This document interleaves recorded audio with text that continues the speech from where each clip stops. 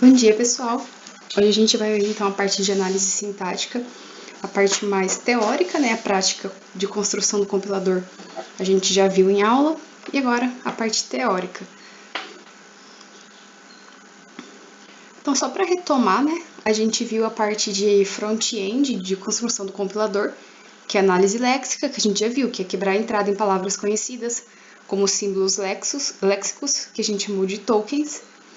Tem análise sintática, que ela faz a parte de analisar a estrutura de frases do programa, para ver se está de acordo com a gramática que foi definida. E análise semântica, que é que vai calcular o significado do programa, que é onde a gente vê se realmente tem sentido, se está escrito, por exemplo, se as variáveis declaradas realmente existem, se os nomes de funções existem e tudo mais, e de fato fazer o que o programa faz, né, que é calcular o significado dele. Então, agora focando para a parte de análise sintática, a gente tem um analisador sintático que a gente chama ele de parser. Ele é responsável por receber uma sequência de tokens que vem do analisador léxico e determinar se a string pode ser gerada através da gramática da linguagem fonte. Ou seja, a entrada dele é a saída do analisador léxico. Então, no léxico eu separei os meus tokens de acordo com a gramática, né? Então eu coloquei, isso aqui é um token, isso aqui é um número, isso aqui é uma palavra reservada. Eu separei isso, dei nome para cada coisa, e agora no analisador sintático eu vou ver se aquilo faz parte das minhas regras de produção, né? Se faz parte do que foi definido na minha gramática, da linguagem fonte para a linguagem de origem, né? E aqui é esperado que a gente reporte os erros de uma maneira inteligível. Então, é ideal que a gente reporte todos os erros de uma vez e não somente o primeiro erro, e que também seja fácil de entender, né, e encontrar onde ele está. Porque não faria sentido eu falar tem um erro e indicar a linha errada, ou não indicar o erro, né? Fica muito difícil. Então, tem que ser reportado de uma forma adequada. E aqui tem que se recuperar também de erros comuns, continuando a processar a entrada. Então, imagine, a gente está compilando um código, se a gente para no primeiro erro, toda vez que o programador arrumar aquilo, ele tem que compilar para ir descobrir quais são os demais erros do programa. Isso não é viável, não é nem um pouco interessante, nem prático fazer dessa forma.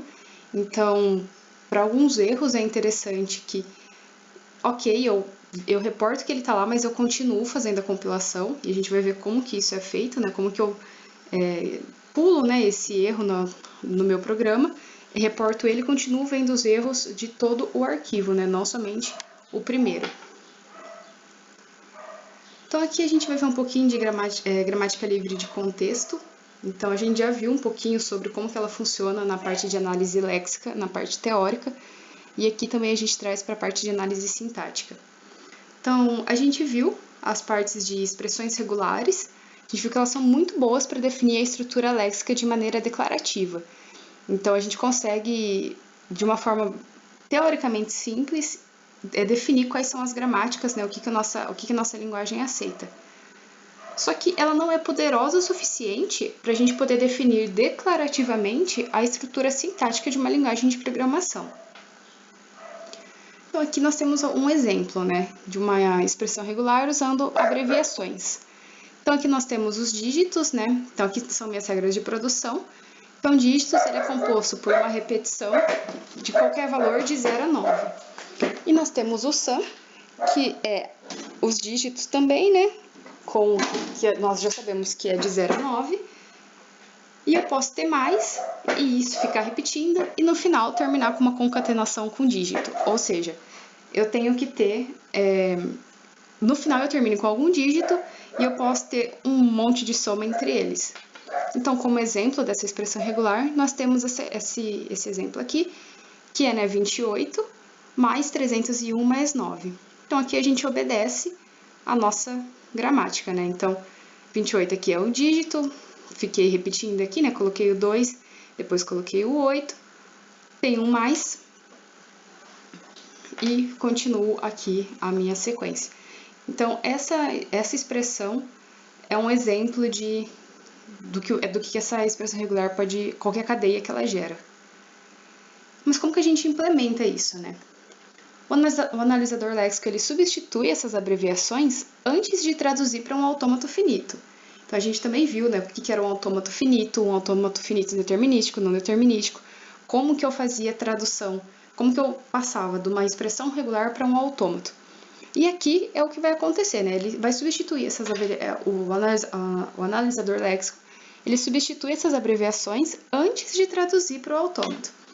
Então, vamos supor aqui que eu tenho aqui, né, o SAM, que era dígitos mais e dígitos, e podia ter uma repetição.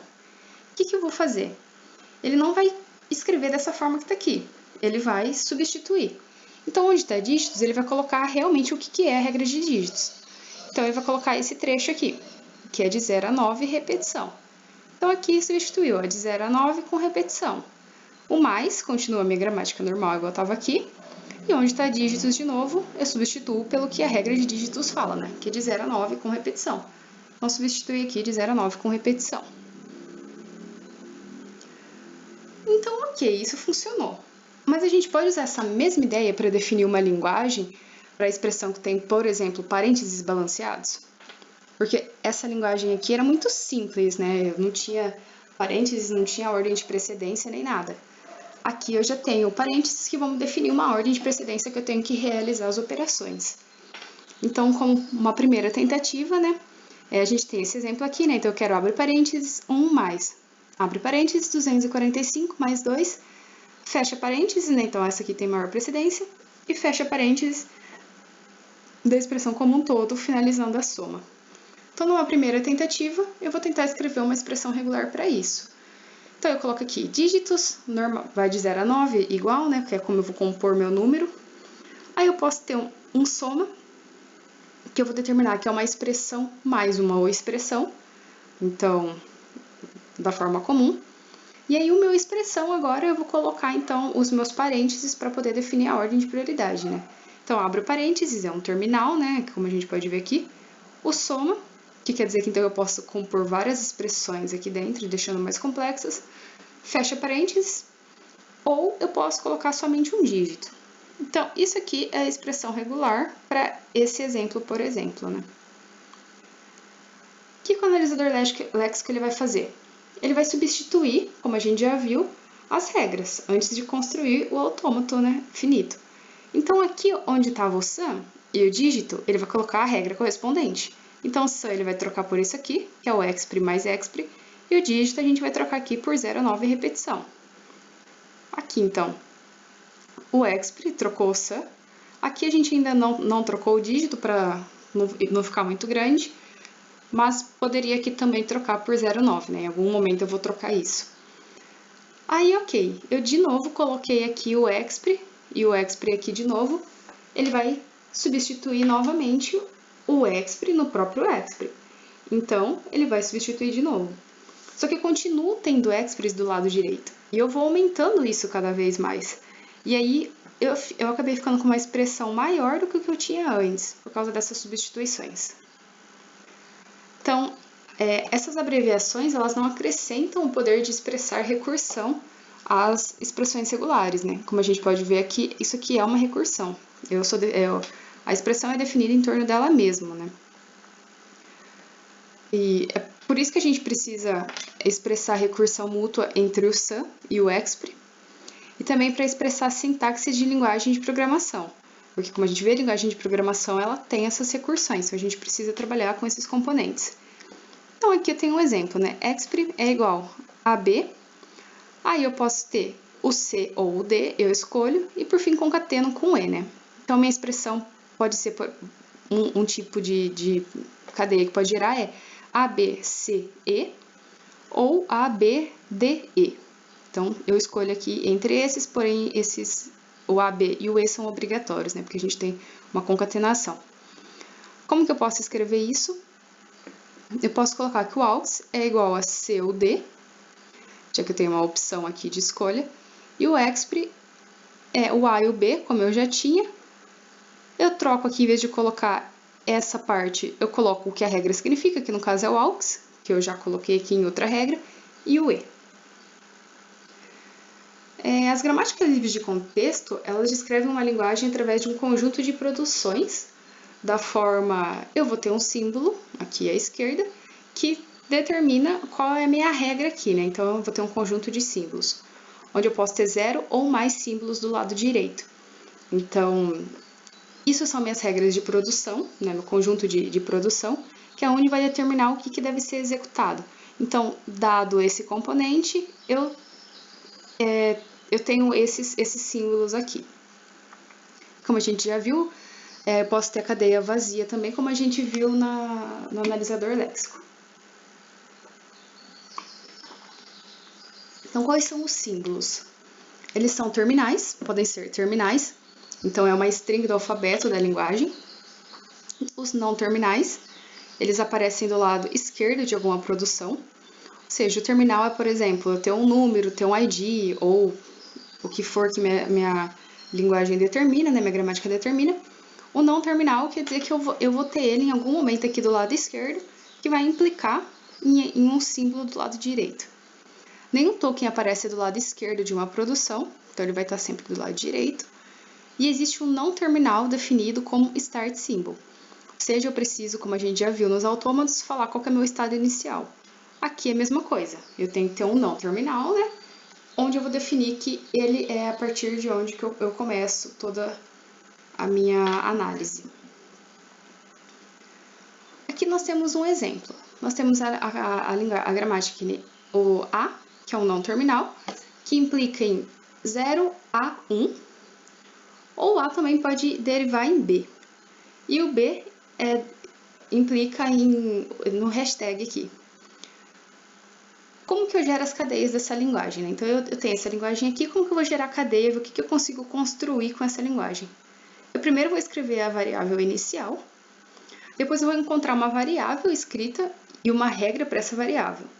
E aí eu substituo essa variável pelo lado direito da regra. Então, eu vou substituir pelo que está aqui. Então, encontrei um A. Substituo, por exemplo, por 0 a 1 ou por B. E aí eu fico repetindo esse passo 2 até não restar variáveis, ou seja, eu cheguei até a um terminal. Então, aqui, por exemplo, seguindo aquela gramática, né? Essa sequência de substituições é chamada de derivação. Então, aqui o nosso exemplo, eu tenho 0, 0, hashtag 1, 1, 1. Então, eu tenho A. O A eu tenho que derivar em uma dessas regras, ou 0 a 1 ou B. Eu escolhi aqui 0 a 1. Então, A eu derivei em 0 a 1. Eu tenho de novo aqui um não terminal, que é o A. Está do lado esquerdo da minha regra. Eu preciso derivar novamente até não restar variáveis. Então, eu vou derivar. E vou escolher de novo derivar pelo 0 a 1. Então, troquei esse A por 0 a 1 de novo. Então, esse 0 e 1 que eu já tinha de antes, e agora o novo aqui, que é o 0 a 1. Tenho A de novo, continuo derivando. Posso escolher de novo os 0 a 1, e aí eu ficaria aqui, né, com 3 zeros e 3 uns, e um A no meio. E aí depois o A eu posso escolher derivar em B, e o B eu derivo em hashtag, por exemplo, que é quando eu chego nesse resultado aqui. Porém, eu posso ficar fazendo isso o tempo que eu quiser, né? Ficar colocando A. O que acontece é que eu vou estar crescendo aqui os números de 0 e de 1 de forma proporcional, né? Então, aqui a gente tem um exemplo de uma derivação. E então, uma linguagem, ela é o conjunto de todas as cadeias que podem ser geradas desta maneira. Então, isso aqui é uma cadeia, o conjunto de todas elas que podem ser geradas, né, de acordo com a minha escolha, é a linguagem. Aqui nós temos um exemplo de uma gramática, né? Tá numerada aqui de 1 a 9 para facilitar na hora da gente estar vendo, né, os exemplos e fazer a execução, mas o número aqui em si, ele não tem o significado, né? A gente não usa ele para nada. A gente usa o que está aqui, né? A partir do S e a regra que implica. Então, aqui nós temos uma gramática, ela já é um pouquinho maior do que a anterior, e aqui embaixo nós temos um exemplo de uma cadeia que a gente pode gerar com ela, né? Então, eu tenho aqui id, dois pontos igual a num, e depois eu tenho id, dois pontos igual id, mais, abre parênteses, id, dois pontos igual, num mais num, vírgula, id e fecha. Ou seja, essa cadeia aqui, ela foi gerada a partir da derivação dessas regras. Então, eu fui derivando os não terminais, até eu chegar num terminal, né? Parei e me gerou esse resultado. Um possível código-fonte para isso é que seja A igual a 7. Então, nós temos, né, ó, A é o meu ID, dois pontos igual é um terminal, num é um terminal, no nosso caso vai ser o 7. Ponto e vírgula. Temos aqui de novo ID, no caso é o nosso B, dois pontos igual, tá igual aqui, ID, agora o meu ID é C, mais, abre parênteses, ID de novo, então D, igual, número mais outro número, então 5 mais 6, vírgula, ID de novo. Então, D, fecha e ponto e vírgula. Então, essa gramática me gera essa cadeia e essa cadeia eu posso ter esse código-fonte. Então, tá aqui o código-fonte. Como que eu gerei, né? Como que eu cheguei nesse resultado fazendo as derivações? Aqui a gente tem essa execução. Então, o meu start symbol aqui, né, é o S, então eu começo por ele. E o S deriva em S, ponto e vírgula S. Então, S eu derivo em S, ponto e vírgula S. Aqui eu tenho duas variáveis que são não terminais, então eu tenho que derivar elas. No primeiro momento eu posso escolher qualquer uma aqui, né? Então eu vou escolher derivar a mais à direita. Então eu vou derivar esse S. O S aqui, ele pode derivar em várias coisas, mas eu quero derivar em ID, dois pontos igual, E. Então, eu venho aqui e derivo em ID, dois pontos igual a E. Novamente, eu fiquei com duas variáveis aqui para derivar, o E e o S. Agora, eu escolhi derivar o S. Então, eu derivo e eu vou seguir a mesma regra. ID, dois pontos igual a E. Troquei esse S, né, por tudo isso, aí ponto e vírgula e o que eu já tinha aqui trocado antes. Então, tá aqui. De novo, posso variar qualquer um desses E's. Nesse caso, eu vou escolher esse aqui mais à esquerda. O E, eu posso variar também em várias opções. Eu vou escolher aqui, variar ele em num, que é a regra 5. Então, vim e substituo por num. Agora, eu só tenho uma variável, eu vou derivar ela. Então, eu vou derivar o E. Novamente, eu tenho várias opções. Agora, eu escolhi a regra 6, que eu vou derivar em E mais E. Então, E derivei em E mais E. Novamente, variável. Vou derivar. Nesse caso, nesse momento, eu vou derivar essa variável mais à direita. Uma das regras de variar pode ser a 7. Então, que abre parênteses, S, vírgula, E, fecha parênteses. Então, variei nessa regra aqui. E eu vou fazendo isso até eu não ter mais variáveis. Então, aqui a gente vai abrindo, seguindo as regras de produção. E aí, aqui, na última linha, eu já tenho, na penúltima aqui, né, eu tenho somente uma variável, é o E. Eu variei ele aqui, no caso, para num. Então, que é uma opção aqui, né, regra 5. E eu cheguei na última linha sem nenhuma variável para derivar. Então, eu já tenho todos os terminais aqui, eu acabei a derivação. E se a gente for ver, essa derivação é exatamente essa aqui de cima, onde no caso eu já dei valor, né, um valor semântico para os números e um valor semântico para as variáveis, que são os nomes delas. Então, essa cadeia foi gerada através dessa possível derivação. Nós temos dois tipos de derivação, que é a leftmost e a rightmost. Leftmost, o não terminal mais à esquerda é sempre o expandido, e o rightmost é o não terminal mais à direita é sempre o expandido. Ou seja, em uma eu vou escolher sempre o da esquerda para expandir, e outra eu vou escolher sempre o mais à direita para expandir. Nesse caso aqui, a gente não fez nenhuma delas, isso aqui foi uma expansão aleatória.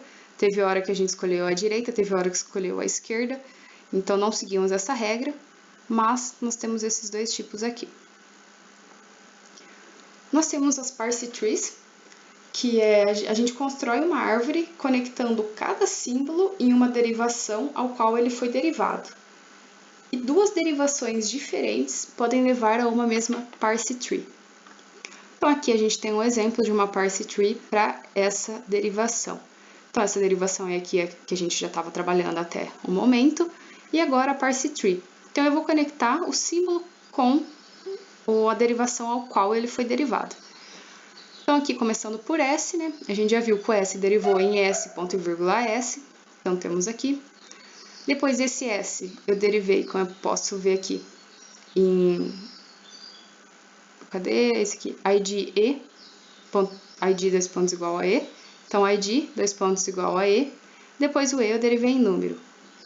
E aqui eu faço a mesma coisa, seguindo toda a derivação, né? O que cada não terminal levou a um terminal. Isso aqui é uma parse tree. Nós podemos ter gramáticas ambíguas. A gente pode derivar uma sentença com duas parse trees diferentes. Então, por exemplo, aqui eu tenho ID 2 pontos igual ID mais ID mais ID. Isso aqui obedece a minha gramática, tá ok? Na hora que eu vou fazer a derivação, as minhas regras me permitem chegar nessas duas parse trees diferentes. Então, aqui a gente pode ver, né, ó, tá mais à esquerda, essa aqui tá mais à direita, né, o nível de profundidade. No caso, elas são... com duas parse tree diferentes, eu chego no mesmo resultado. Então, aqui, ó, ID, 2 pontos igual, ID mais ID mais ID. Ou seja, tá igual isso aqui. Porém, essa árvore aqui também, ó, ID, 2 pontos igual, ID mais ID mais ID. Também dá a mesma resposta com nível de profundidade diferente. Então, o resultado delas pode ser diferente, né, do que eu estou somando aqui. Se eu tiver o resultado, né, o valor semântico vai ser diferente. Então, eu tenho uma gramática ambígua. Nós temos, por exemplo, essa gramática aqui. Ela...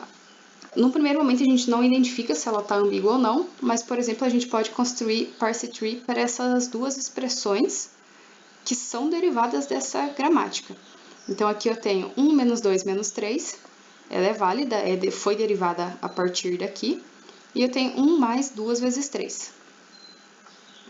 Então, como que eu vou saber se é ambígua? Eu construo a parse tree para elas. Então, eu fui derivando aqui a minha gramática, né?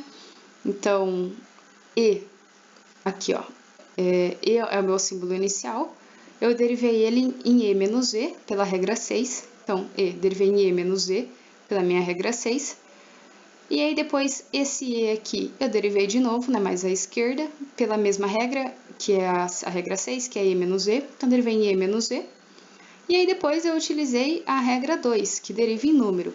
Então, esse aqui eu derivei em número 1, esse aqui eu derivei no número 2, e esse aqui o número 3. Aqui eu usei exatamente as mesmas regras para fazer a derivação, só que em vez de eu expandir o meu E mais à esquerda, eu usei a derivação rightmost, que eu derivei o meu E mais à direita. Eu cheguei exatamente na mesma sentença, né? Eu cheguei em 1 menos 2 menos 3, daqui é 1 menos 2 menos 3, e aqui também 1 menos 2 menos 3. Tá igual, só que na hora que eu for resolver essa conta, o resultado dá diferente, justamente pela ordem de precedência que foi determinada com a profundidade aqui. Aqui eu tenho 1 menos 2, o resultado disso menos 3, que vai me dar um resultado menos 4. Então, é como se eu tivesse esse parênteses aqui. E esse aqui eu vou fazer 2 menos 3, e o resultado eu faço 1 menos o resultado daqui, que me dá o resultado 2. Então, isso aqui teve a ordem de precedência maior, né? Como se tivesse o parênteses aqui. Então, nesse caso aqui, elas são ambíguas. Dependendo qual que eu derivo, qual eu derivei, né? Mais à direita, mais à esquerda, ela me gerou resultados diferentes para a mesma entrada. Então, esse parênteses aqui tá só para ilustrar como seria a conta, mas na verdade não tinha esse parênteses, né? A gente viu que era 1 menos 2 menos 3 somente a entrada. Executando para outra expressão, eu tenho 1 mais 2 vezes 3. Então, eu começo pela meu start symbol é o E, começo pelo E. Eu vou derivar ele aqui primeiramente usando a regra 3, que deriva em E vezes E. Então, aqui, ó, E vezes E. Eu vou escolher esse E mais à esquerda para derivar. E aí, aqui eu utilizei, então, a regra 5, que deriva em E mais E. Derivei em E mais E. E aí, depois aqui, eu vou usar a regra número 2, que já deriva em número. Então, eu vou derivar em 1, esse E aqui em 2 e esse em 3. Aqui eu usei as mesmas regras, só que em ordem diferente. Primeiro aqui tinha a multiplicação e mais profunda a soma. Aqui é o contrário. Aqui eu primeiro usei a regra da soma e depois a multiplicação. Então, o e derivou em e mais e. Esse e eu derivei em número. Esse outro e eu derivei aqui pela regra da multiplicação e depois em número normal. Eu tive a mesma expressão, então 1 mais 2 vezes 3, e aqui também 1 mais 2 vezes 3. O que muda é a ordem de precedência. Então, esse aqui está mais profundo na árvore, ele é resolvido primeiro. Então, é como se eu tivesse, abre parênteses, 1 mais 2 e o resultado vezes 3, né, subindo na minha árvore, que o resultado é 9. E aqui, o mais profundo é o 2 vezes 3, então é como se eu tivesse esse parênteses aqui na minha expressão. E aí o resultado, mais 1. E o resultado aqui deu 7. Então, para a mesma entrada, ó, 1 mais 2 vezes 3, eu posso gerar duas árvores diferentes, ou seja, a minha gramática aqui é ambígua. O compilador ele usa essa parse tree para extrair o significado das expressões. Então, na hora de construir o nosso compilador, ele vai construir essa parse tree para depois resolver o nosso problema. Se ele construir parse trees diferentes, que podem ser ambíguas, o resultado pode ser o que eu não quero, né? Se eu quisesse o resultado 9 e ele construir essa parse tree, ele vai me dar o resultado errado, simplesmente pelo fato da gramática ser ambígua. Então, isso vai se tornar um problema, porém, geralmente a gente pode mudar a gramática de maneira a tirar essa ambiguidade. Então, se a gente for alterar o exemplo anterior, então eu quero colocar aqui que eu quero uma precedência maior para multiplicação em relação à soma e subtração. E eu também quero que cada operador seja associado à esquerda. Ou seja, eu vou fazer a conta com o valor da esquerda. Então, nesse caso, eu teria aqui, abre parênteses, 1 menos 2 menos 3. Né? Associei aqui o operador à esquerda e não 1 menos 2 menos 3. Aqui, sem necessidade de colocar o parênteses, é só para falar que se eu coloquei que o operador está associado à esquerda, então eu já sei que eu tenho que fazer esse aqui primeiro, e não isso aqui. E eu consigo fazer isso introduzindo novos não terminais. Então eu coloco mais regras. Isso aqui, então a nossa regra antes, ela tinha 7 regras de produção, nossa gramática. Agora a gente fazendo essas inserções, nós temos 9. Então, nós colocamos novos não terminais. Então, o F é um não terminal novo. E o T, antes eu só tinha E, ó, o E girava e ia para tudo. Agora eu tenho o T e o F, que como não terminais. E aí, é claro, eu preciso dar uma alterada na forma que eu escrevo a minha gramática, né? Bom, tendo minha gramática reescrita aqui, já inserindo esses novos não terminais, eu vou construir novamente as parse trees para as mesmas expressões. E aí vocês vão ver que nesse caso não vai gerar duas árvores diferentes para a mesma entrada, ok? Geralmente a gente pode transformar uma gramática para retirar a ambiguidade, como eu já falei. Algumas linguagens não possuem gramáticas não ambíguas. Só que nesse caso, então, elas não são apropriadas como linguagens de programação. Imagina se a gente for escrever um código, e aí a gente escreve, e aí a gente compila, tem hora que funciona, a gente compila, tem hora que não funciona, ou a gente compila, dá um resultado, aí a gente submete em algum lugar e dá outro resultado, e ele fica totalmente dependendo do acaso, né? Então, cada hora, se ele é ambíguo, cada hora que ele vai executar, ele escolhe o que ele quer fazer. E a gente não pode fazer algoritmos que sejam desse tipo, né? Que cada hora muda tudo. Um símbolo que é muito importante, além da gente ter os terminais para saber a hora de finalizar, né? Se a gente chegou num terminal e a linguagem vai ser aceita, a gente precisa também saber qual que é o fim do arquivo, né? Então eu preciso ter um end of file ali para ver se realmente eu obedeci a parte sintática da minha gramática. Então, como a gente faz isso? Eu tenho exatamente a mesma gramática de antes, né? Retirando já a ambiguidade, nesse caso, a gente está aumentando ela.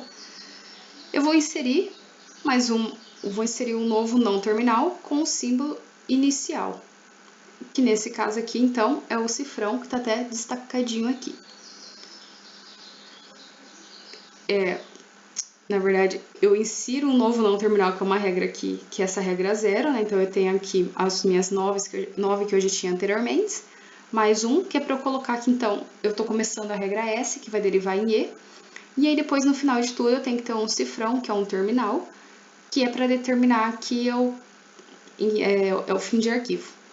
Então, como a gente pode ver aqui, antes eu começava com a regra E mais T, eu continuo tendo essa E mais T aqui, só que agora eu coloquei uma regra 0 aqui em cima, que é um não terminal S, que deriva em E, que fica exatamente igual antes, que eu posso ir para qualquer E, porém, eu sou obrigada a ter esse cifrão no final, que é o nosso fim de arquivo. As nossas gramáticas livres de contexto, elas geram as linguagens, então, como a gente já viu. Os parsers são esses reconhecedores das linguagens, que é para a gente ver se vai aceitar o que está na minha gramática ou não. Então, a gente viu a análise léxica, o que vai separar os tokens. Agora, na minha análise sintática, né, no meu parser, eu vou ver se isso está de acordo com as regras que a minha gramática determina, se eu estou seguindo a estrutura correta. Para qualquer gramática livre de contexto, a gente consegue ter um parser que roda em odd n ao cubo.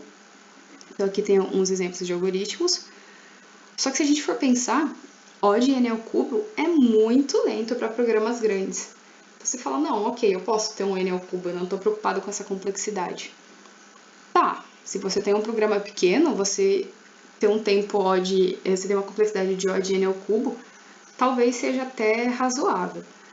Só que a gente trabalha com programas muito grandes e o ideal é que a gente faça algo que funcione corretamente, né? E que não tenha todo esse custo envolvido. Para isso, a gente tem classes de gramáticas para os quais a gente pode construir parser que roda em tempo linear. Ou seja, a gente está tirando de odd n ao cubo para odd n. Então, a melhora é muito, muito notável, né? Muito, muito grande, né? Então, a gente consegue ter aqui uma complexidade menor, né? Algo muito mais rápido para rodar nossos algoritmos. Quais são essas classes? É LL e LR, que é left to right, com leftmost derivation, que é a LL, e a LR é left to right, rightmost derivation. Então, LL e LR. A gente tem a análise descendente, que então é o nosso, a gente vai chamar de predictive parsing. Ele pode ser chamado de recursive descent ou top-down. Vocês podem encontrar esses nomes na hora de estar pesquisando. Ele é um algoritmo simples que é capaz de fazer o parsing de algumas gramáticas. No caso, as nossas gramáticas LL, no caso. Então, LL, relembrando, leftmost derivation. Aqui, cada produção vai se tornar uma cláusula em uma função recursiva e a gente vai ter uma função para cada não terminal. A análise descendente, então, como é para linguagens LL, que é leftmost derivation, ela vai reproduzir uma derivação à esquerda. E para isso a gente precisa determinar a produção a ser usada para expandir o não terminal corrente. Lembra, a gente sempre vai expandir no que é não terminal, porque o que é terminal não tem como expandir, né? Então vamos ver um exemplo de implementação. Eu tenho aqui essa gramática. Tenho S, que deriva em if E, que é um não terminal, then S, não terminal de novo, else S. Tenho mais duas regras para o S, que é begin, S, L, ou print E. Eu tenho o L, que é o end, ou o ponto e vírgula, SL. E eu tenho aqui o meu E, que pode ser num igual a num. Como que seria um parser para essa gramática? Então, aqui a gente tem um código de um parser. Aqui, inicialmente, a gente definiu números, né, para cada não terminal. Então, ó, o if é 1, then é 2, para cada terminal, perdão. O if é 1, then é 2, then é 2, else é 3 e por aí vai. Eu tenho aqui o meu get token, né, que vai vir isso aqui para mim do analisador léxico.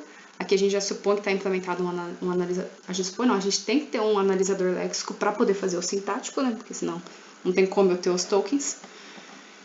E aqui eu começo o meu parser aqui, né? Então eu tenho um void S, que eu vou determinar aqui as regras do S. Então, com o meu token, que vai vir já, eu vejo. Se ele for do tipo if, ele pode ser if, begin ou print. Porque aqui, ó, ele pode ser if, begin ou print. Então, eu vejo em qual desses aqui é para eu ver o que eu continuo fazendo. Se for um if, eu pulo o if, né? Aqui tá como it if, então eu passo por ele. E aqui na minha regra eu vejo que depois eu tenho um e, que é um não terminal. Eu tenho que fazer uma chamada aqui, então. Então, eu tenho o meu e, eu faço uma chamada aqui da função. Depois eu vou ter o then e o s. Então, aqui o then é um terminal, eu pulo ele, né, passo por ele. O meu s é um não terminal, eu chamo, faço a chamada da função. E depois eu tenho else s. Então, else, eu passo ele também e chamo o s, que é a minha chamada da função. E ok, tratei a primeira regra aqui.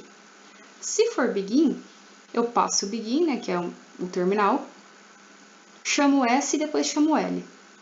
Chamo o S e depois chamo o L. E se for um print, eu passo o print, né, e chamo o E. Então aqui, ó, passo o print e depois chamo o E. Se não for nenhuma dessas opções e eu tava no S, é um erro, né? Então eu não posso, eu tenho que ter if, begin ou print para estar dentro do S. Se for qualquer coisa diferente, é porque tá errado. Não tá de acordo com a minha gramática, né? Eu faço a mesma coisa pro não terminal L. Então, no L, eu posso ter end ou ponto e vírgula, eu faço aqui isso. Se for um end, eu passo o end. Se for um vírgula, eu passo a vírgula, né? Chamo o S e depois chamo o L. Aqui, ó, S e L. E por fim, eu vou ter o E, que é o número, né? Então, aqui o número, então eu passo o número, né? Já é um terminal, passo o igual e passo o outro número. Esse passo é só para do next token, né, que a gente já tratou isso, só para eu não preciso fazer chamada de função. Ele tá ok, tá reconhecido, vai para o próximo. Então, ok, isso aqui funcionou, esse parser funcionou para essa gramática aqui. Então, vamos tentar agora aplicar essa técnica para essa outra gramática, que é a que a gente já tirou a ambiguidade, já inserimos aqui mais um não terminal com uma regra para fim de arquivo. Vamos tentar fazer a mesma coisa. Só que, por exemplo, eu chego aqui, eu tenho o E. O E deriva aqui em várias coisas, né? E mais T, E menos T, T, e aí o T também vai se derivando em várias coisas. Como que eu decido se eu vou pegar o E mais T ou o T, na hora que eu for derivar o E, né? Na hora que o E é um não terminal. Então, como que eu decido qual delas que eu vou pegar aqui, né? Eu pego o E mais T ou eu pego só T? Ou como que eu escolho? Tanto o E como o T, eles podem derivar em cadeias começando com ID ou abre parênteses. Então, se eu for derivando aqui, se eu derivar aqui esse T, se eu pegar esse E que deriva em T, e depois o T deriva em F, e o F deriva em abre parênteses, ou ID, por exemplo. E aqui é a mesma coisa, eu posso fazer esse E mais T, e aí eu derivo esse E, lembra que a mais é a esquerda, então primeiro eu derivo esse E. Eu vou derivar esse E na regra 3, na T, e vou cair no mesmo que antes, né? Se eu tivesse escolhido essa primeira. Posso vir para a regra 6, da regra 6 posso vir para 9, para 8 ou para 10, né? Por exemplo. Então, eu cheguei na mesma coisa, né? Como que eu sei se eu estou fazendo essa, se eu estou fazendo essa? Então, uma ideia seria assim, bom, vamos olhar um número para frente dessa entrada, né? Então, ao invés de eu olhar só o E aqui, eu tento olhar mais um. Então, K maior que 1 para frente da entrada. Essas cadeias elas podem ter tamanho arbitrário, só que o problema permanece. Então, eu posso ter um K maior que 1, posso ter um K... Então, significa que eu posso olhar 2, 3, 4 quantidades para frente da entrada que eu tô. Só que isso não resolve muita coisa, né? Porque se eu vou ficar substituindo o meu E aqui pela minha recursão, qual que é o limite para eu parar de substituir, né? Não tem. Então, o problema permanece. Então, a gente chega nisso aqui, né? esse aqui é meu parser. Eu tenho o S para esse caso. No S, então, eu já sei que eu tenho uma chamada de e o meu símbolo de end of file. No E, então, eu tenho várias opções, como a gente já viu aqui. Eu posso derivar em E mais T, E menos T ou T. Só que diferente do que eu tinha antes lá do S com if, begin, aqui eu não tenho um não terminal para eu poder verificar, né? Então, como que eu sei se eu chamo esse E mais T, esse E menos T ou só o T? Porque é case o quê? Não tem o que eu colocar aqui no case, né? Porque eu não sei o que é, não sei qual vai estar derivando. E a mesma coisa no T, né? Se a gente ver aqui, o T pode derivar em T vezes F, T dividido por F, ou só F. Eu caio na mesma situação, né? Então aqui T vezes F, T dividido por F e F. Porém, as minhas regras estão aqui, tá tudo certo, mas é case o que para eu verificar? Então não funciona, né? Então a gente pode testar a execução para esses valores para ver que não vai dar certo. Para a gente fazer isso, então a gente vai usar os nossos conjuntos first e follow. Então, dada uma string y aqui, de terminais e não terminais, a gente vai ter agora algumas definições. O first de delta é o conjunto de todos os terminais que podem iniciar uma string de terminais derivadas de delta. O follow de x é o conjunto de terminais que podem imediatamente seguir x. Então, aqui inicia uma string de terminais derivadas de delta, e aqui terminais que podem imediatamente seguir x, né? Follow de x. Então, o t pertence a follow de x se existe alguma derivação contendo xt. Como a gente pode ver, o t aqui segue imediatamente o x. E só cuidado com a derivação na forma xyz, que aqui são não terminais, e o terminal aqui t, onde y e z podem ser vazios, porque a gente tem que ficar bastante atento o que eu coloco no meu follow. Então, usando aqui o exemplo da nossa gramática anterior, se eu tiver o meu delta igual a t asterisco f, então é o meu produto aqui, o first do meu delta, que é isso aqui, é id num e abre parênteses. Se eu voltar aqui na minha gramática, eu estou nessa regra, né?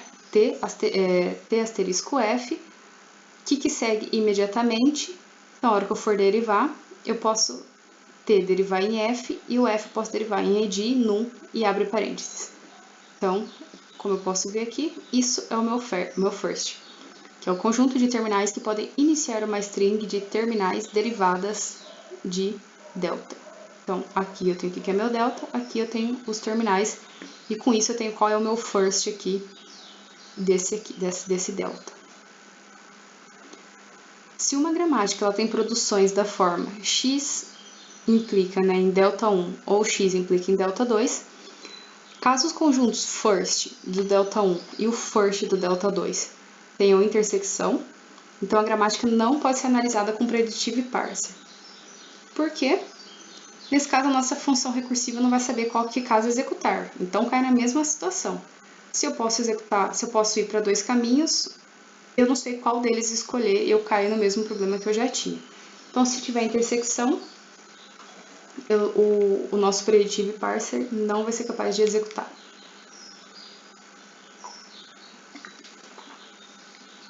Então, aqui a gente tem uma nova gramática para aplicar isso. Então, vamos calcular o first. Então, eu tenho aqui o z implica em d, ou eu também posso ter o z em x, y, z, que são todos não terminais. O y pode implicar em nada, né, a cadeia vazia. O y pode implicar em c, que é o terminal. O x pode implicar em y. E o x em a, também, que aqui é um terminal. Então, eu posso fazer o seguinte aqui. Eu quero pegar aqui e ver qual seria o first de x, y, z. Bom, a gente viu que o first é a cadeia são todos os terminais que podem iniciar uma string de terminais derivadas aqui. Então, eu posso falar, bom, se é derivada disso, então eu vou fazer o seguinte, o first de x, y, z é o first de x. Não posso muito bem fazer isso. Só por quê, né? Porque o first de x aqui, no caso, é o A, é a cadeia que pode ser gerada a partir dele. Só que o first de x, só que o x também implica em y. E o y pode implicar em cadeia vazia e em C. Então, eu tenho que considerar isso, né? Então, o meu x também pode implicar em C. E se for vazia, pode implicar em D. E eu posso ir melhorando, né? Eu vou derivando. Então, eu não posso falar que o first de x, y, z é somente o first de x. Então, a gente tem umas regras aqui, eu vou passar nos slides adiante, mas não posso falar que é só o primeiro, tá? A gente tem o conceito de nullable, que vai ser nullable de x é verdadeiro se x pode derivar a string vazia. Então, por exemplo, aqui, o que deriva a string vazia? O y. Então, o nullable de y é verdadeiro? Sim, ele deriva na cadeia vazia. O de x, se a gente olhar só aqui, ó, ele aparentemente não deriva na cadeia vazia. Então, eu tenho que ele deriva em y e que ele deriva em a. Porém, se ele deriva em y e o y deriva em vazio, então significa que ele deriva em vazio. Então, o nullable de x também é verdadeiro, porque ele é seguido pelo y e o y, o nullable é verdadeiro. Então, ele também é. E o z não, por quê? O z aqui vai derivar, não tem nada aqui depois, né? Ou vai derivar tem que terminar em d, né? Eu não tenho uma opção de z que deriva em vazio. Então, eu posso ficar trocando o z, por mais que eu fique crescendo, trocando o z sempre por essa expressão, em algum momento, para eu acabar minha sentença, minha expressão, eu tenho que trocar por esse dzinho aqui, que é um não terminal. Então, ele não é nullable. Então, vamos calcular o first aqui agora de cada um.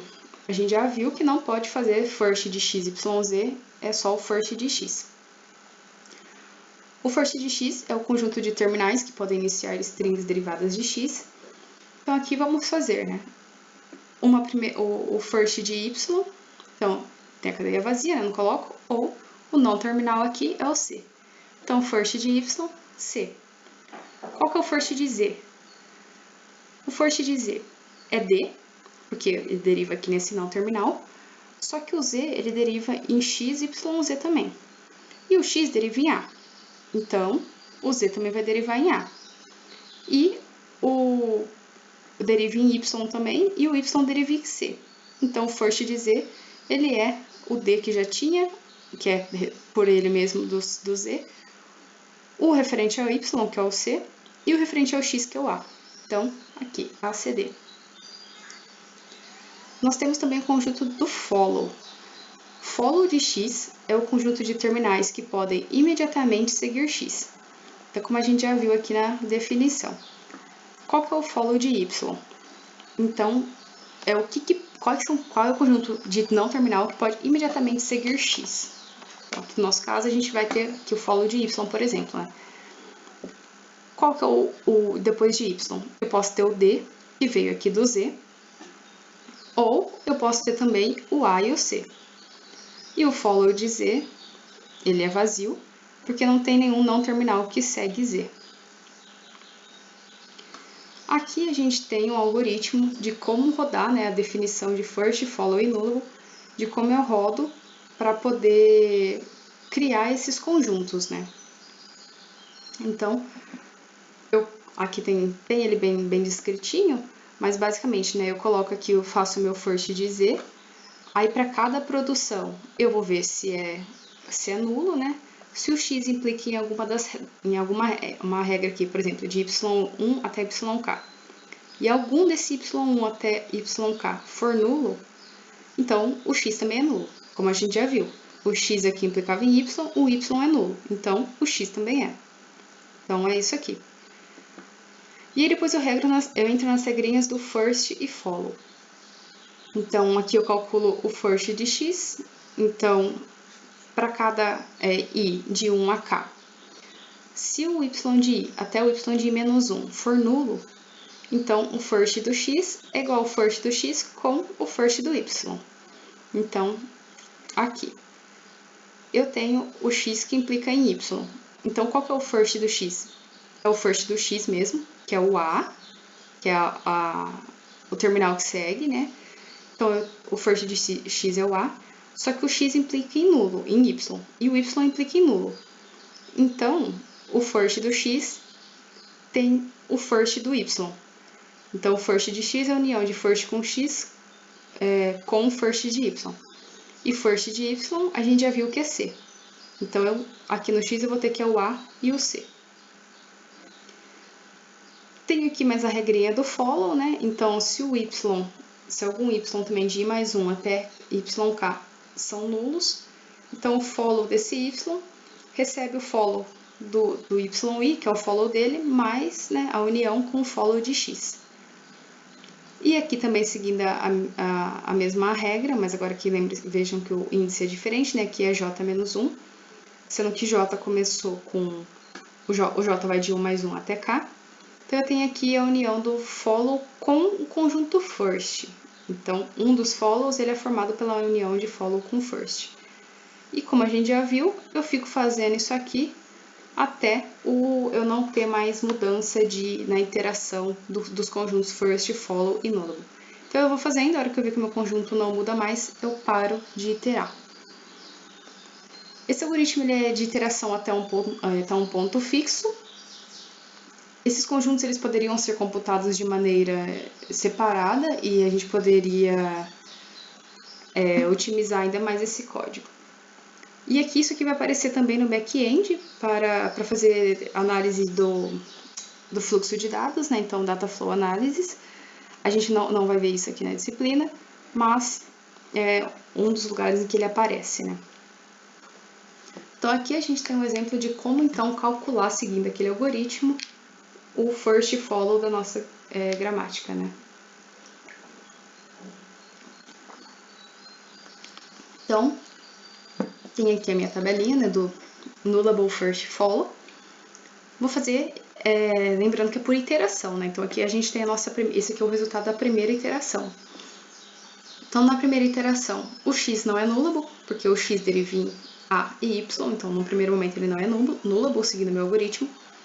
O y é, porque eu já vi aqui que ele deriva em vazio, e o z não é nullable também.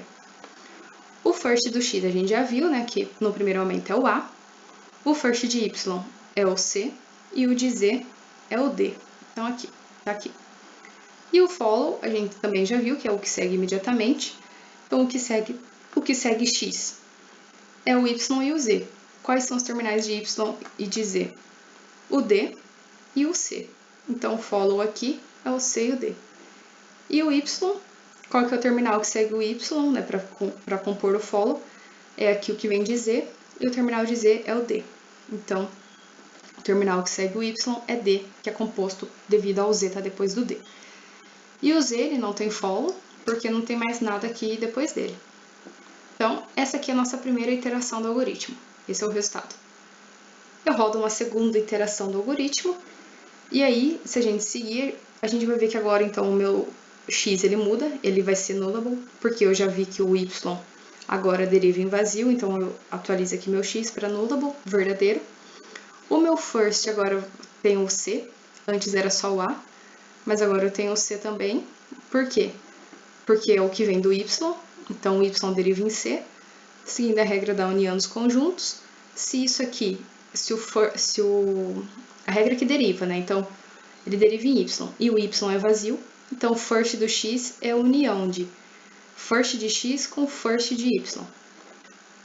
O first de x era a, first de y era c, a união dos dois aqui para x dá ac.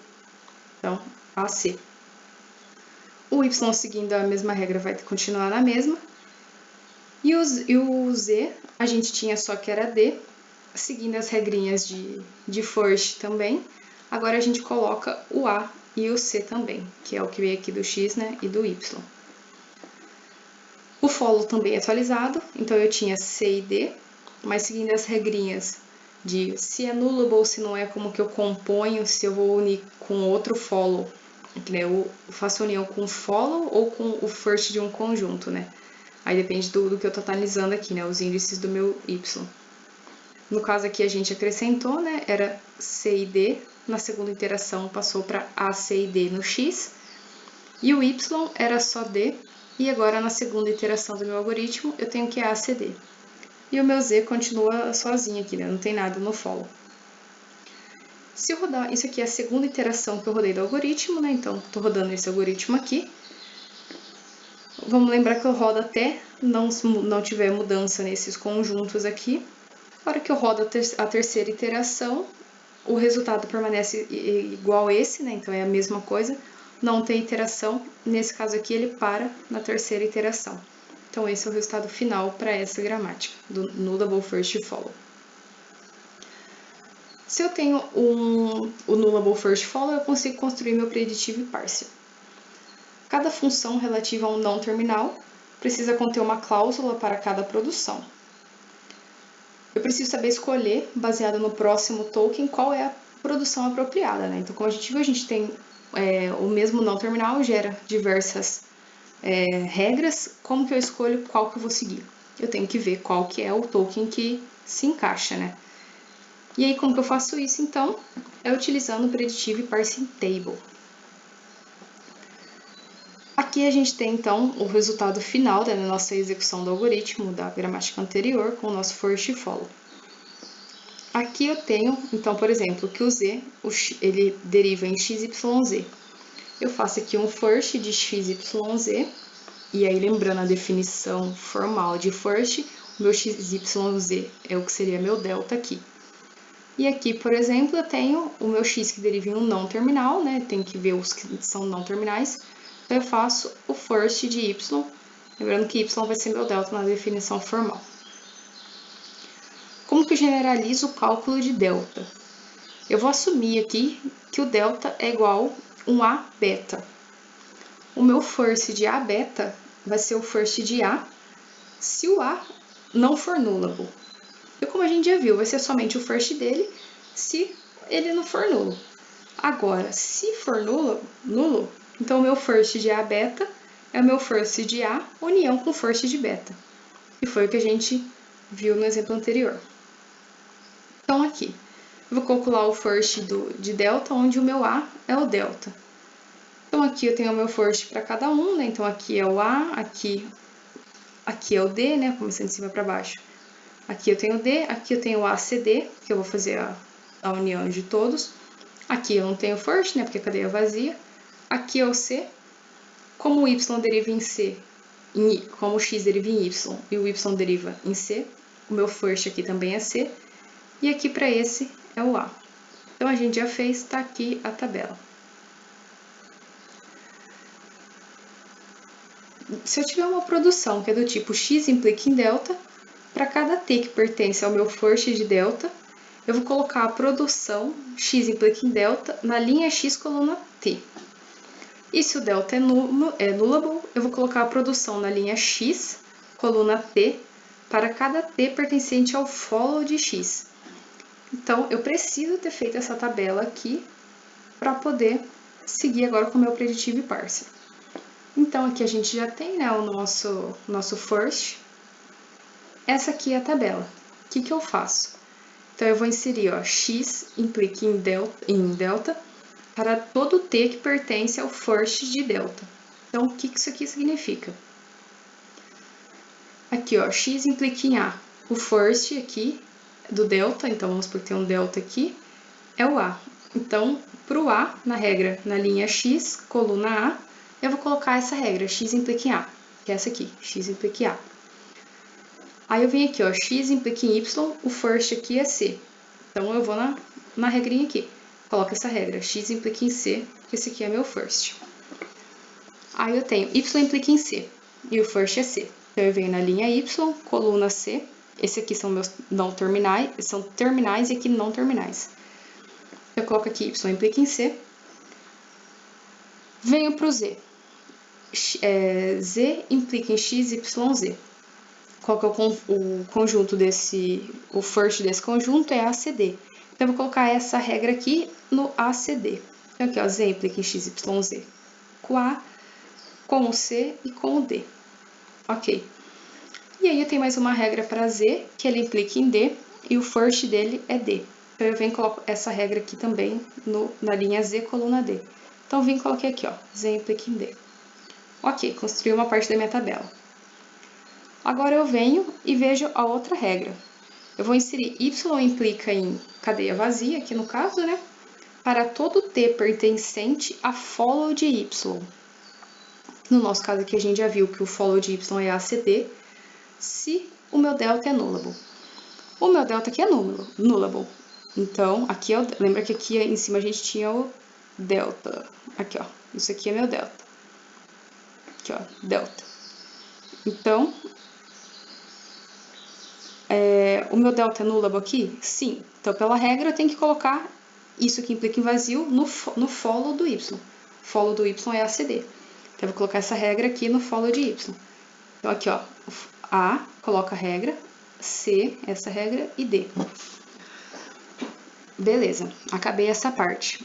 Agora eu tenho uma outra regra aqui embaixo, que é inserir x implica em y para todo t pertencente a follow de x, que a gente já viu que o follow de x é ACD, se o delta é nullable. O delta é nullable, né? Ele implica em y, que implica em vazio. Então, eu vou colocar a regra aqui, x implica em y, que depois y pode implicar em vazio, no conjunto follow de x. Então, o follow de x é ACD, eu coloco essa regra aqui em verde. Então, x implica em y, aqui já tinha o x implica em y por causa da minha primeira etapa de construir a tabela, e eu coloco aqui, x implica em y. Isso aqui funciona? Não. Por quê? A nossa gramática ela é ambígua. Se a gente reparar, algumas células da tabela do nosso predictive parse tem mais de uma entrada. E isso sempre vai acontecer quando a gramática é ambígua, né? Então aqui, por exemplo, o C pode derivar em D, porque vamos supor que o Z pode derivar em D, né? Eu escolhi começar já com Z em D e acabou, não vou derivar mais nada. Ou eu posso falar que o meu Z deriva em X, Y, Z, que aqui é a minha segunda regra. Aí o meu X vai derivar em Y e o meu Y derivar em vazio. Então, aqui, x derivou em y, y derivou em vazio. O meu y pode derivar em vazio e o meu z pode derivar em d no final. Então, eu tenho novamente duas árvores diferentes, né, duas parse tree diferentes, para a mesma gramática. Então, ela é ambígua. E se vocês separarem, aqui a gente tem, para a mesma entrada da tabela, para a mesma linha e coluna, duas possíveis entradas, né? Então, eu posso seguir esse caminho ou esse. Aqui também e aqui também. Então, como a gente tem essa repetição nessas possibilidades, nossa gramática ela é ambígua. Linguagens cujas tabelas não possuem entradas duplicadas são denominadas de LL1, que é Left to Right Parsing, que é Leftmost Derivation, e um Symbol Look Ahead.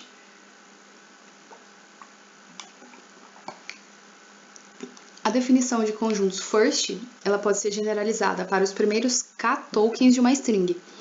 Então, eu posso ter LL2, LL3, LL4, o valor que eu quiser para cá.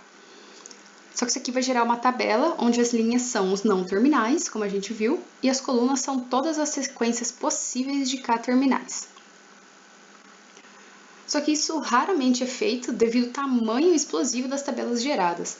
Então, quanto mais eu coloco ali o valor de k, né, maior vai ficar a minha tabela.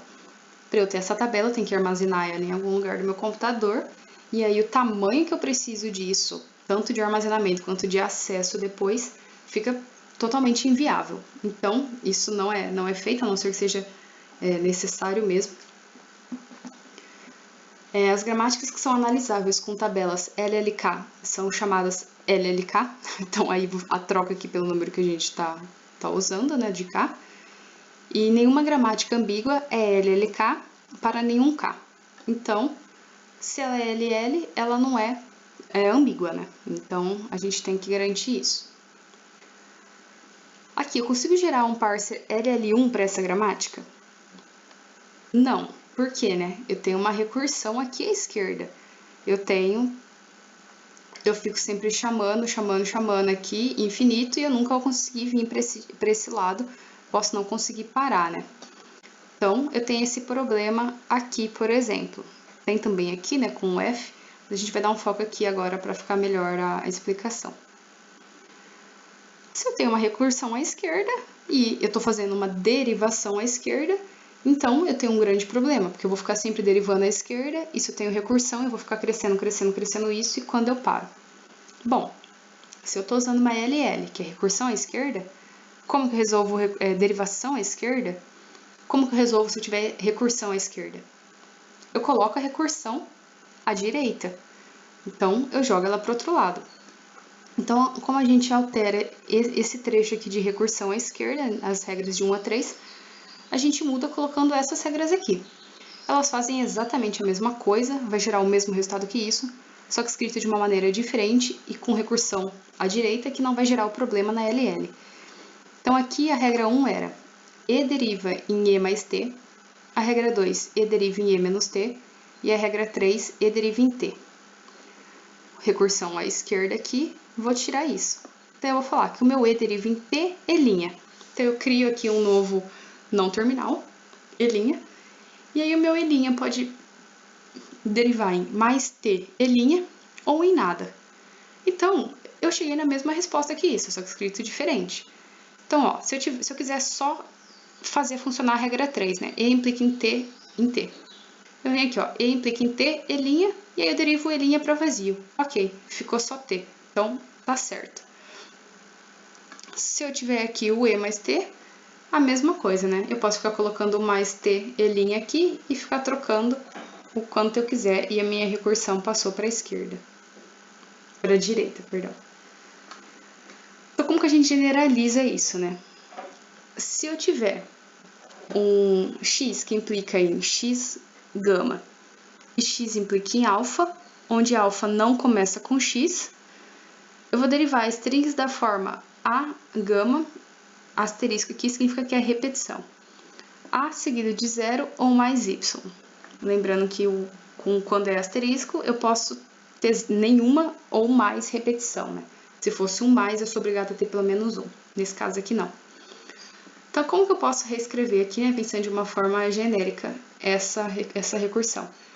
Então, aqui eu tinha x implica em x alfa 1, gama 1, x implica em x gama 2, x em alfa 1 e x em alfa 2. Vendo aqui, ó, eu tenho uma recursão à esquerda, não quero passar para a direita. Então, vamos separar aqui e quebrar para não ficar muito confuso tudo de uma vez. Então, eu vou trocar aqui e vou usar esses dois para criar um auxiliar para mim. Então, o x implica em x gama 1 e x implica em alfa 1. Eu pego o x implica em alfa 1, escrevo aqui, ó, x implica em alfa 1, e aí coloco minha recursão à direita, com um novo não terminal, que é o x'. Venho e crio uma regra para o x'. Então, o x' é igual o y1, que era o que eu já tinha, gama 1, com o x'. Então, eu cheguei na mesma coisa, eu posso ficar colocando aqui gama 1, gama 1, gama 1, gama 1, gama 1, ficar repetindo aqui a minha recursão. Ou eu posso ter o x' que implica em nada, que aí eu fico com essa resposta aqui de baixo, né? Então, esses dois eu reescrevo utilizando essas três regras, né? Então, se aqui derivar em 0, eu fico em alfa 1, tá ok. Agora, essas duas regras, eu vou criar esse conjunto aqui. Então, eu faço o meu x que implicava em alfa 2, vai implicar em x implica em alfa 2, x'. E aí, a mesma regra, né? X' vai implicar em vazio, porque aí, quando eu quiser que seja feita só essa regra, implica em vazio, tá ok? Ó, x implica em alfa 2. Quando eu quiser uma recursão, que eu fico aqui repetindo o gama 2, eu faço isso aqui. X' implica em gama 2, x'. E aí, aqui, eu tenho a recursão, então, ó, eu consigo ficar fazendo. Então, se eu ficar crescendo aqui o número de alfa 2, eu posso, né, igual aqui. E se ele começava com alfa 2 depois gama 2, também está garantido pela primeira regra. No final de tudo, eu reescrevi essas quatro regras que tinham recursão à esquerda, com essas regras aqui. Claro, tem que mudar um pouquinho o jeito que escreve, não é só tirar as coisas, então a gente teve que criar um novo não terminal aqui e manipular um pouquinho.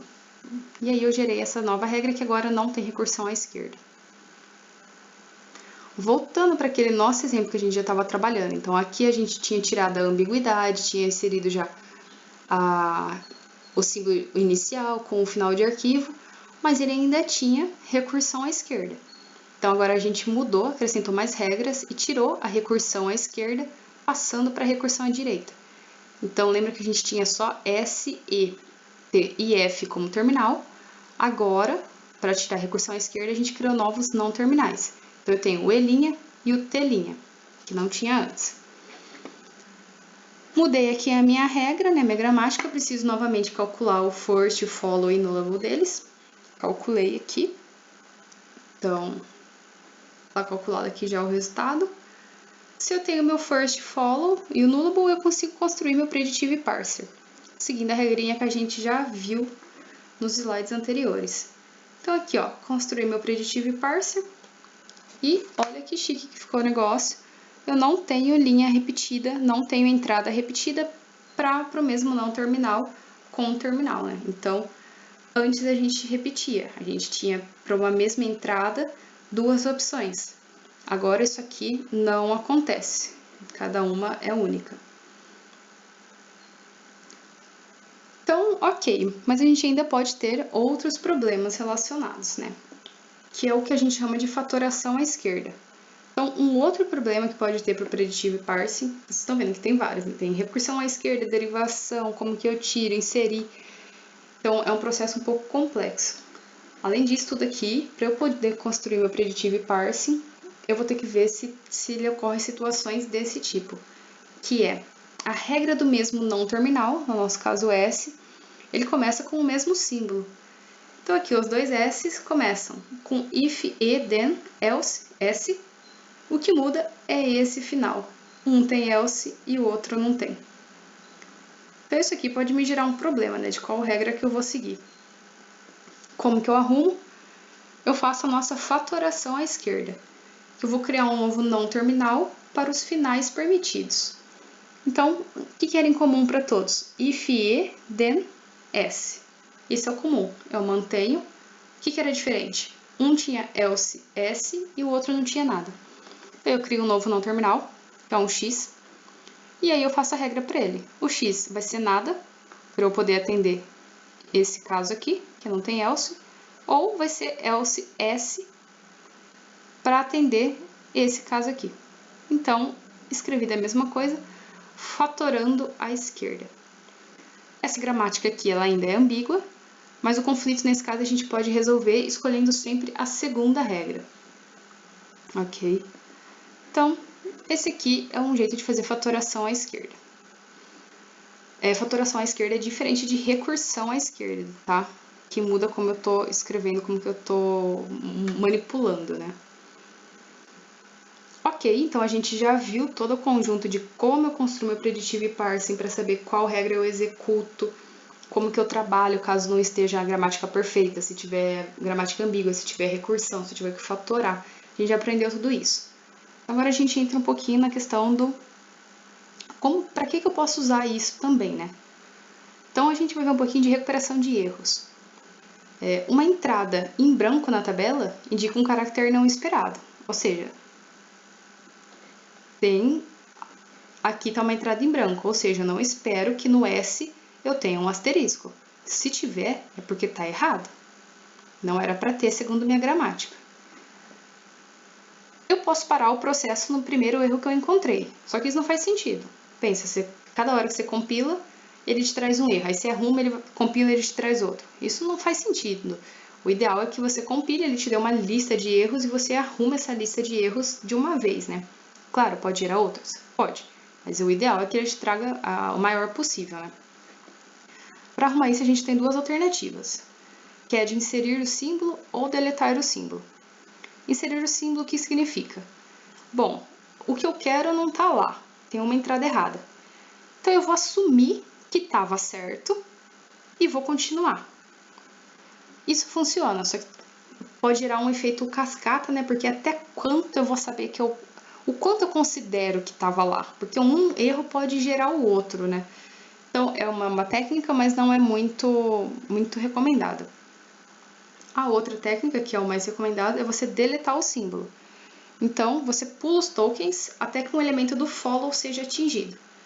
Então, bom, eu já calculei o follow, eu já tenho o conjunto do follow ali guardado. Eu armazeno isso em algum lugar, e aí quando eu encontrar um erro, eu pulo até chegar no follow, que é algum lugar que, garantidamente, né, se eu fiz o follow correto, eu espero que a partir dali esteja certo, né? Então eu pulo, acuso o erro ali, né, guardo esse erro para ser acusado e vou até o follow e continuo minha compilação de lá. Então aqui é uma maneira da gente poder usar, né, o conjunto do follow para recuperação de erros também, né? Não que seja obrigatório, você pode parar a hora que quiser, mas não faz sentido, já que tem aqui o conjunto, use essa técnica para ficar um compilador ideal também, né? Então aqui a gente tem um exemplo agora de tudo que a gente viu. Então eu tenho uma nova gramática aqui, que é e deriva em e ou t, ou só t, né? T deriva em T, E, F, ou F, e o F deriva em, esse aqui é o símbolo da negação, né? Não F ou ID. Lembrando que esses aqui são terminais, né? Então, a primeira coisa que eu vejo é que tem recursão à esquerda, né? Eu tenho um E que chama um E mesmo. Então, eu tenho uma recursão à esquerda aqui. Preciso tirar. Como que eu tiro recursão à direita? Faço recursão, como que eu tiro recursão à esquerda? É fazendo recursão à direita. Para fazer isso, eu preciso inserir novos não terminais e manipular um pouquinho as minhas regras. Então, aqui no caso, a gente fez isso. Então, E igual a... Lembra, eu tenho T, eu coloco T, E', que eu tinha aqui, recursando E. O que é o meu E'? O meu E' vai ser aqui o símbolo, né, de ou, T, E', para eu poder ficar fazendo a recursão aqui e atender esse lado aqui da minha sentença. Ou pode ser vazio, para o caso de eu estar atendendo só esse lado aqui, né? Então, tá garantido aqui. O meu T também tem uma recursão à esquerda aqui, também passo para a direita. Então, como que eu faço? Eu falo que o meu T vai derivar em F, T', e aí o meu T' pode ser EF T', então aqui ó, EF T', eu garanto a minha recursão aqui, como acontecia aqui, ou o meu T' pode ser vazio, né, para eu garantir esse lado aqui de F, que é somente um F. E aí, sendo vazio aqui, ficaria só F. E no F eu não preciso mexer, porque não tem recursão, né? À esquerda, apesar de eu ter um F aqui, eu tenho uma negação antes, então eu não tenho esse perigo aqui. Então fica não, F e ID normal. Então tirei a recursão à esquerda. Se eu tirei a recursão à esquerda, minha gramática já está ok, eu faço meu conjunto first follow e nullable. Depois que eu construir o first follow e nullable, eu construo meu preditive parser. Então, aqui está meu preditive parser, e como a gente pode ver, uma entrada só para cada linha, né? Para cada linha e coluna. Então, tá ok aqui. Se eu tenho meu preditive parser, eu posso executar a tabela preditiva para saber se o meu input é aceito ou não na minha gramática, né? Então, é para isso que isso aqui serve. Eu fiz aqui o meu preditive parser, agora eu executo a minha entrada, pego uma entrada e executo essa tabela, e se cair numa linha em branco, é porque não era esperado, tá errado, senão, se for aceito, tá certo o nosso programa. Então, vamos executar aqui. Então, eu vou colocar uma sentença aqui nessa gramática, que é ID, ou, lembrando que é um terminal aqui, ID e ID. Então, isso aqui obedece a minha gramática. Vou executar a tabela preditiva. Então, eu começo aqui com a pilha, lembrando que eu começo no E, é meu start symbol, então eu empilho aqui o E, a minha entrada aqui, ID ou ID. Qual que é a minha ação? O meu E implica em T e'. Então, aqui, ó, meu E implica em T e'. Então, E implica em T e', com ID, né? Então, aqui, ó, E e ID implica em T e'. Empilho isso, fica E', né? Lembrando que empilhar, a gente vai colocar aqui da forma ao contrário, né? Aí eu tenho aqui T com ID.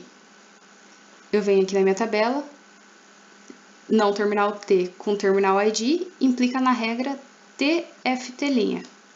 Então aqui, ó, T com ID implica em TFT'. Empilho, FT' é T', F. Então aqui, T', F, no lugar de T, né? F com ID. Se eu vier aqui na minha regra, F com ID implica em ID.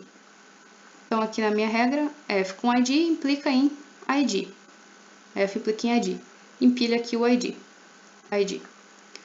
Lembrando o nosso parser, eu tenho um terminal ID. Com ID, eu posso dar um skip aqui, né? A gente estava usando o it, por exemplo. Então, eu consumo aqui minha entrada. Vocês podem ver que na linha de baixo ele já saiu. Aí eu tenho telinha com vazio. Telinha com vazio é... Telinha com vazio, não, perdão. Telinha com ou implica no vazio, né? Telinha com ou implica no vazio. Então, aqui, ó, telinha com ou implica no vazio. Se é vazio, não empilho isso. Só vou tirar aqui, no caso, o T, né? Elinha com ou. Elinha com ou implica em ou T elinha. Então, aqui, ó, implica em ou T elinha. Empilho como elinha T ou. Então, vem aqui, elinha T ou. Ou com ou é terminal com terminal. Consumo aqui a entrada e desempilho, né? Então, cheguei aqui na linha de baixo. Então, aqui tá vazio, aqui tá vazio. Agora, eu tenho T com ID.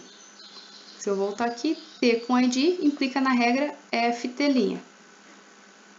Implica na regra F telinha, empilho como telinha F. Então, tá aqui, telinha F. Volta aqui, F com ID. Novamente, minha tabela F com ID implica em ID. Implica em ID, empilho ID. ID com ID, terminais, consumo minha entrada. Venho para cá, desempilhei, né? Telinha com E comercial. Telinha com E comercial implica na regra E comercial F telinha. Então, aqui, ó, E comercial F telinha. Empilho. Então, ficou telinha F E comercial. E comercial com E comercial são terminais, então consumo a entrada e desempilho. Fiquei com FID, a gente já viu aqui na regra que F com ID implica em ID, então implica em ID. Empilhei o ID, fica ID com ID, consumo minha entrada. Então, eu tenho aqui na minha pilha Elinha, telinha, e aqui o cifrão. Telinha com cifrão, venho aqui, telinha com cifrão, implica em vazio. Então, telinha com cifrão implica em vazio. Venho, desempilho aqui o telinha. Elinha com cifrão. Venho no meu Predictive Parser, table, né? Predictive tabela de análise preditiva. Elinha com cifrão implica em vazio. Elinha com cifrão implica em vazio. Então, desempilho aqui o E. Cheguei em cifrão com cifrão. Pronto, tá aceito. Consumo a entrada, acabei meu programa, né? Então, lembrando, comecei lá no S, né? Então, coloco cifrão E, que era o que ele determinava, né? Que era o inicial. E vou trabalhando a partir disso. Vamos supor que eu tivesse aqui, em vez do Elinha cifrão, eu tivesse um Elinha asterisco. Nem tem Elinha, vamos supor que em vez de Elinha cifrão, fosse um E comercial. Eu teria Elinha E comercial, eu venho aqui, Elinha com E comercial não tem nada. Ele ia tentar buscar uma regra que não existe aqui. Então, eu reporto um erro, né? Tem um erro aqui porque está mandando vir uma coisa que não tem.